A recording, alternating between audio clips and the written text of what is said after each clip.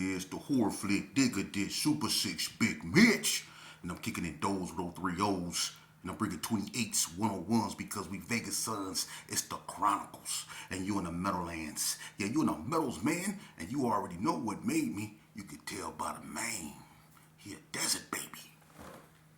Boom! Hubba dub, scrub, 22-inch gold Dana Dangs, and Big Bolo Yang could never be sitting on my claims, man. Nah. Welcome to Vegas Chronicles with the host, Super 6 Big Mitch. And today, like any other day, you know what we do. We kick actual factuals without no additives, no preservatives. Just raw and uncut, like summer sausages and crackers. You already know. Shout out to everybody that's been rocking with your boy, man. Shout out to everybody that's been sending me so much encouragement and positivity and stuff like that. I want to send say, first and foremost, before I get started, to my audience, I apologize for getting sidetracked. I had 2 trolls, and I'm not going to give them any type of attention, They tried to come at me sideways. They want to slander my name and all of those stuff. You know what? If that gives them what they need to be or feel, so be it. But I'll say this here, Lucifer, because I know who behind it. It's the devil. So I'm go direct this at you, Lucifer. Look, man. I used to be in your ranks. I used to think you were all this and that. I even put devil horns in my head. They called me demon. You remember? I was your go-to guy, Lucifer. I know you. Okay? And don't you ever insult me again by sending 2 of the weakest demons that you can send from hell. In fact, the 2 demons you sent at me, the part of hell that they're in, that they came from, it's not even hot. For real. If you go send a demon at me, send one worth me paying attention to. Okay? You sent 2 of the weakest demons you could at me. Shame on you. You have done nothing but encourage me to do better. Okay, Lucifer? And I still rebuke you in the name of Jesus. I rebuke you in the name of Allah subhanahu wa ta'ala. I rebuke you in the name of Buddha. I rebuke you in the name of Elohim. I rebuke you, hell, in the name of Jodeci. I rebuke you. Okay? So when you send something at me next time, Lucifer, make it worth my while. Don't send no sideshow or no circus act, because now I'm starting to lose respect for you and what little I had left for you. Okay? Moving along. I was accused, and I'm gonna just say I was accused of many things which I can care less about. But one of the things that I was accused of is someone told me that I put where I'm from down and place the ops on the pedestal, meaning that I make my so-called enemies look good and my so-called homies look bad. First and foremost, where I come from, let me make this clear, and look at my lips. Look at my lips. I am not a Gerson. That G on my chest, it stands for God. That's what I'm on. Y'all with that, not me. See, I was man enough to put my flag down and pick up common sense. And I didn't have to ask permission to do it. And I don't have no ops. The biggest ops I ever had in life was me. I was my own worst enemy. Not the Rolling 60s, not the Donna Street Crips, not the ABMs, not the HTHs, not the White Streets, not the 6-0s, not the Bloods. I was my worst enemy. I don't have ops, and I don't have homies. Okay? And I ain't in no gang. The only gang I'm a part of is the one that's over here under the roof I'm under, which is my family, my son and my girl. That's the only gang I got, brother. That's the only hood I'm from. Okay? And if you mess with that, oh, then you go watch me work, chitty chitty bang bang. But as long as a person don't mess with my family, man, do your thing. But I'm not a part of no gang. So don't say I'm putting nobody down and elevating nobody. What I'm doing is I'm telling the truth and y'all don't like it because y'all want me to make it seem like the Gerson was just the ultimate this and the ultimate that. Let me tell you something. I was one of the hardest G's that come up out of there. Hands down. And I put my record up against and one of y'all. My juvenile record worse than y'all. Let's just keep it real. And then like y'all say, he been locked up 90% of his life for what? It wasn't for jaywalking. I didn't get locked up for good behavior. I had to be doing something, huh? To be locked up. I had to be doing something, huh? Every time I got out what I was doing, I was putting in work. That's why my name was ranking. But see, I never needed to be in the gang. I'm sheepdog son. That alone speaks for itself. I don't need to be in the gang. Okay? So let's get that straight. I'm not a part of that. So when I speak Vegas history, I speak the truth. Y'all want everybody to y'all want me to try to make everybody believe that the Gerson was all that? No, it wasn't. I was from over there when it was at its strongest and when it was at its weakest. The G's did their thing. But so did the ABM, so did the Pyru, so did the West Coast Blood, so did the Hood. Everybody was involved in that stupidity. And when it came to stupidity, everybody had the light shined on them at one point. The Gerson was terrible at one point. Donna was terrible at one point. But it wasn't just all the way up, always about the Gerson. The Gerson is the biggest gang in Las Vegas, right? Over 1,000 members, right? But how many of them really was putting in work out of that 1,000? About what? Barely 100? Keep it real. Y'all wasn't out here just terrorizing everything like that. It was a few individuals from over there that was, and I was one of them. But everybody wasn't participating, and I can say that. A lot of y'all was riding off fame of other work people was doing, man. And that was evident when you came to the penitentiary because you ran to people like me, especially when y'all had paperwork or stuff that was about to come out that was going to get you in trouble. You come running to me. For real. But I'm going to be honest with you. When it came to gang banging, it don't matter where you was from. You got served and you probably served people. I used to be in wars with people with like Spike, man. Them dudes wasn't playing. The Joker, they wasn't playing. J-Rat them. Spike, let me tell you something. Y'all won't. I hung every day with Cornbread. Everybody know Big Bread. I hung every day with him. I was his right-hand man. If not Lil Bread, it was me. Everybody knew that. Okay? We was on 40 Block one day. Bread had an on and off relationship with Girl Bug from the Girls. And everybody remember Girl Bug before she got burnt out. But Girl Bug and Bread had an on and off relationship. He always had love for Bug. Because he was with Bug way back when she was really with the business. You know? He was messing with Bug and Zena Mingo. You know what I mean? So, but anyway, we was on 40 Block standing right there on Comstock where Bug stayed, right there in the front. All of a sudden, it was like a burgundy Cutlass, it was a Cutlass or a Regal. It pulled up on the side of us, and it was Spike and Manhandler, right?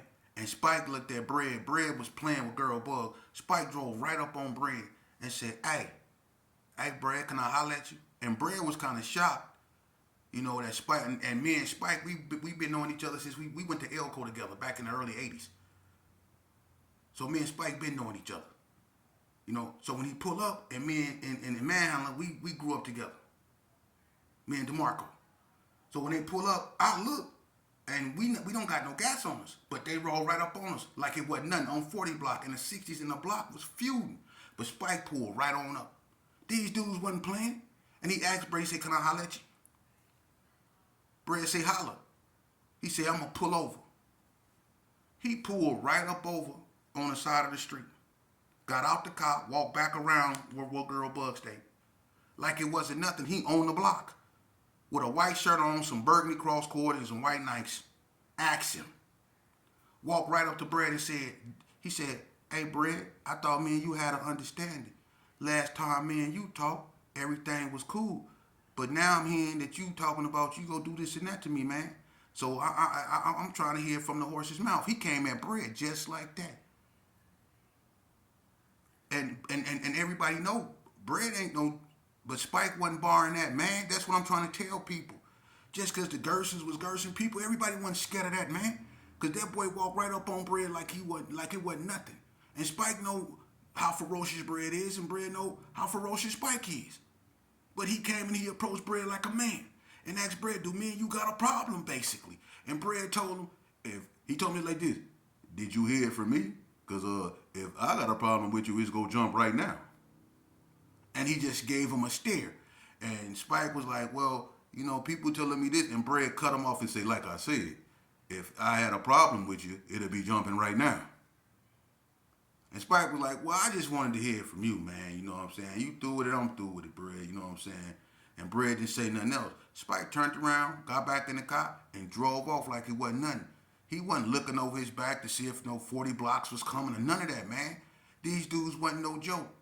And the Joker, Tony Poole, he was rolling around pulling pistols on people, telling them, tell your homeboy Bread I'm looking for him. They was tearing up stuff, coming over there telling Bread, Tony Poole say he looking for you. Instead of, handling up because he rolled up on them and drew down on them. They forgot that he drew down on them. They just wanted to deliver that message. You see? Everybody wasn't participating in this, man. So I don't be want to hear that, man. And people go say what they want to say. But I'm going to tell you something about when God put his hands on you. When God put his hands on you, let me tell you something. Ain't nothing you go do that you won't succeed at. That's with me. And when people try to slander your character, you don't, if you know what you are and you know the truth and what you stand on, you don't really have to defend yourself. God will defend yourself. And your accusers, they will be put out there in the forefront and they be exposed for who they are. A snake only shed his skin to become a bigger snake. Don't you ever forget that. That's why I would never refriend a person that try to slander my character. You see? But when you're successful, and I'm going to tell you something about me. Everything, since I've been born, everything I've done, I've developed a reputation. When it came to putting in work, I have a reputation. When it came to smoking that water, I have a reputation. When it comes to being locked up, I have a reputation. When it comes to being violent, I had a reputation. I had a name in everything I do. So if I was doing something, trust me, I would have a reputation in it. You see? And I got out of prison at the bottom of the barrel. Started off with nothing. And I got on YouTube and I started doing this. And now look at me. Won't God do it? I got over 14,000 subscribers with over almost 4 million views. Huh? And let me also say, when I made my video in response to the 2 individuals that tried to attack my character, I made $47.12 off of 18 minutes of response. How much did y'all make for making that whack-ass video?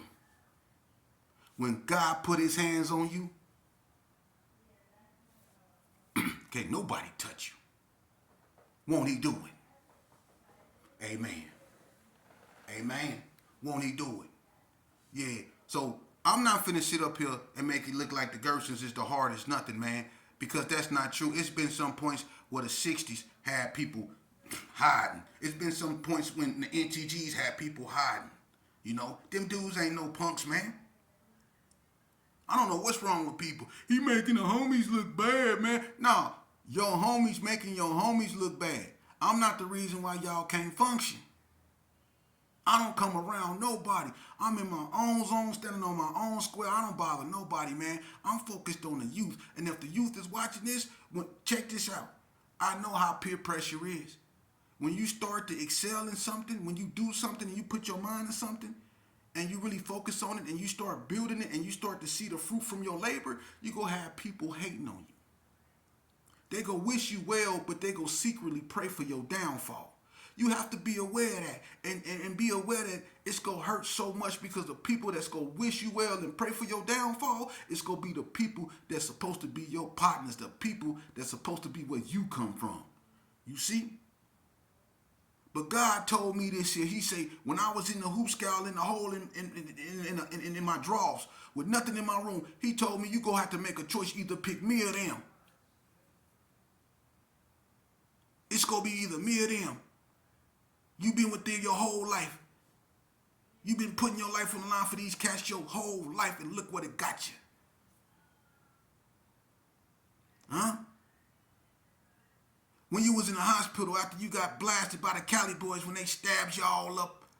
When you was in the hospital for 6 months laying in the hospital bed, every day you looked over there on that other side of the bed where your homeboys was. It's supposed to be do or die right. Where your homeboys was. I was the only one in the hospital laying in the bed for 6 months from being blasted. I don't want to hear nothing they got to say, man. Because what I'm doing is what God put me in up here to do, man. And I'll be damned if I cross him. That's the only big homie I got is God. That's the only person I check in with is God.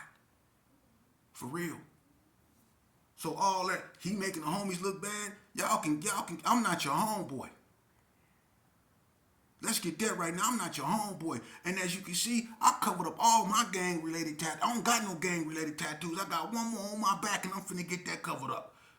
And I cover that up because I want to. Didn't nobody make me do it. I did it because I'm man enough to do it. And that's what real men do. They cover up their mistakes. You see? So I covered up that. Because I accepted it was a mistake, so I covered it up. I got rid of it. And what y'all gonna do about it? Nothing. That's the difference between me and you. I answer to God. I ain't never took orders from y'all.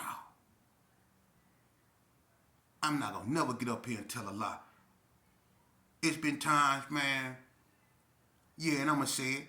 It's been times, look, in the joint, I got stories where it's been times we done pushed up on the north thinking we finna go in there and smash them like they wasn't nothing. And it been about 7 of them and it was 15 of us. And we done ran in there on them boys, but it just so happened it was some of the tough north, like Young Trey them, Coop C them. Remember that fight? Them boys had us coming up out of there with our hands on our hip going like this. Yeah. Yeah. We went in there like we was finna just whoop the whole gym. Came out of there limping. Breathing hard. Like, man, come on, man. Let's keep it real. You win some, you lose some. Everybody ain't no punks. Just like when Killer Cole from 6 O's fired on Deseret. Did nobody want to see Killer Cole from the hands? Did nobody? You had OGs talking about, y'all better watch him. That boy can get down. Instead of asking us what we go do or what y'all want to do, they trying to tell us to watch him. This is what our OGs was saying. See, they won't admit to that type of stuff. Or when I got blasted in the head in Indian Springs by the North over the football game, it was OGs that actually came there talking about they couldn't ride because they messed up their hand in a previous football game. What's wrong with your other hand? I'm over here riding with a messed up eye, and I ain't complaining. I ain't even all the way healed, and I'm on the front line, and then I end up getting stabbed again. Think about the only one that got stabbed twice. Let that marinate. You think I want to be around y'all? No. I'm good. You think I'm finna sit up here and lie and say that the Gersons was just... Nah, man, nah, I'm gonna do that. I'm telling the truth because this ain't about the Gersons. This is about Vegas. This is about my life, man. I met some soft dudes. I met some hard dudes, man. You know? But I'm gonna tell you right now, I don't got no ops, man. If anybody got an issue with me, they got an issue with themselves. Because I don't got an issue with nobody, you know what I mean? Because what I say right here on the camera, I can say in anybody's face. You know? People know me. That's why when you try to attack my character, good luck. Because people know me. You know? And one thing about it, man, the youth, they so important, man. Because without them, and I was in a joint, and they know me. The young Donnas, the young Hoods, DT, Reese Lowe, Real C, all them, man. Kenny B, all them youngsters, they know me. And they know that I never did nothing but try to give them knowledge. I never was on nothing street or hood with no youngster. People always talk about the sheep back in the days, the little cut up dude that wore the eye patch and the curl. They used to debo people and make them go to the coffee shop. See, I used to take stuff from people. I didn't ask people for stuff. I took it. I was known for that. Even on the street. Just like I was known for wearing a trench coat and carrying a shotgun. I was known for that, man. You know? But when it came to the youth, when I grew up and I left that life when it came to the youth, I always try to divert their aggression and try to use it, whether it was on a weight pile or whether I try to divert their attention to books. I always my cellies. Oh, let me get this out the way. Someone spoke on a ride. Someone said when they had a ride down the hallway, I ran and jumped on my bed. Hey, let me tell you something. I was 270, almost 280 pounds. Muscle, 22-inch arms. I'm still swole.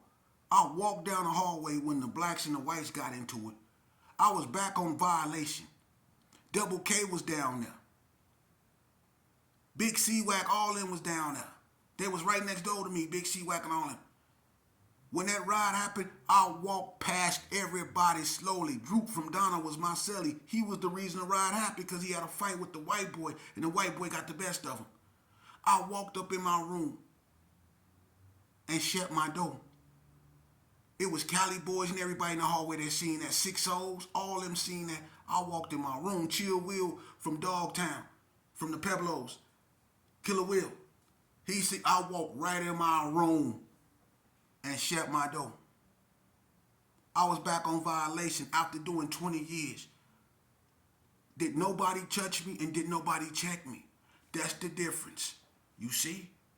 Because I stayed focused on going home. I'll be damned if I get him 3, 4, 5 more years of my life when I just did 20 years, man. And I got a taste of freedom. You think I'm finna stay up in there with y'all because y'all want to get into it with some white boys because a brother couldn't handle that fade?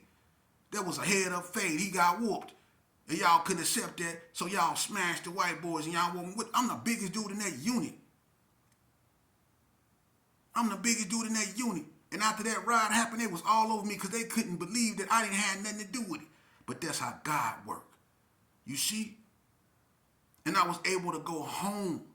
Because if I would have participated in that ride, I would have still been in prison to this day.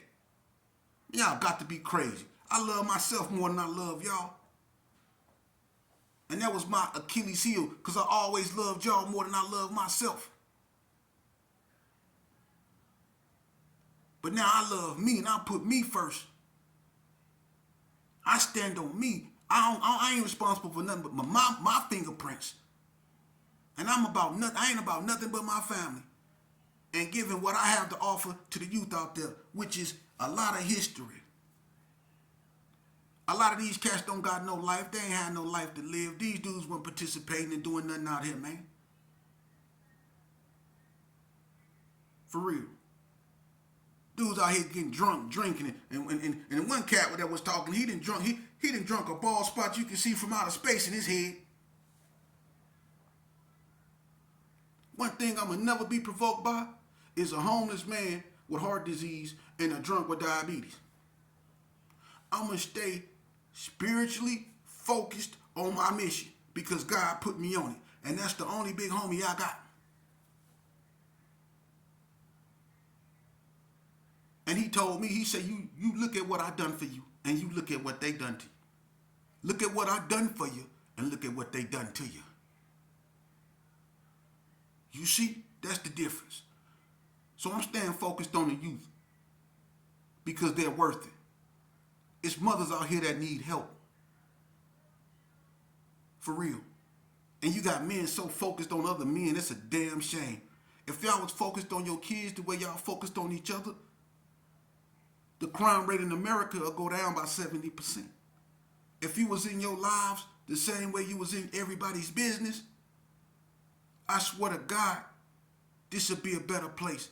Our community will be flourishing if we paid more attention to our seed, if we paid more attention to our gardens and kept our nose out of other people's backyard.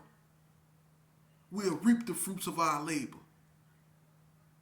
We'll grow beautiful fruit.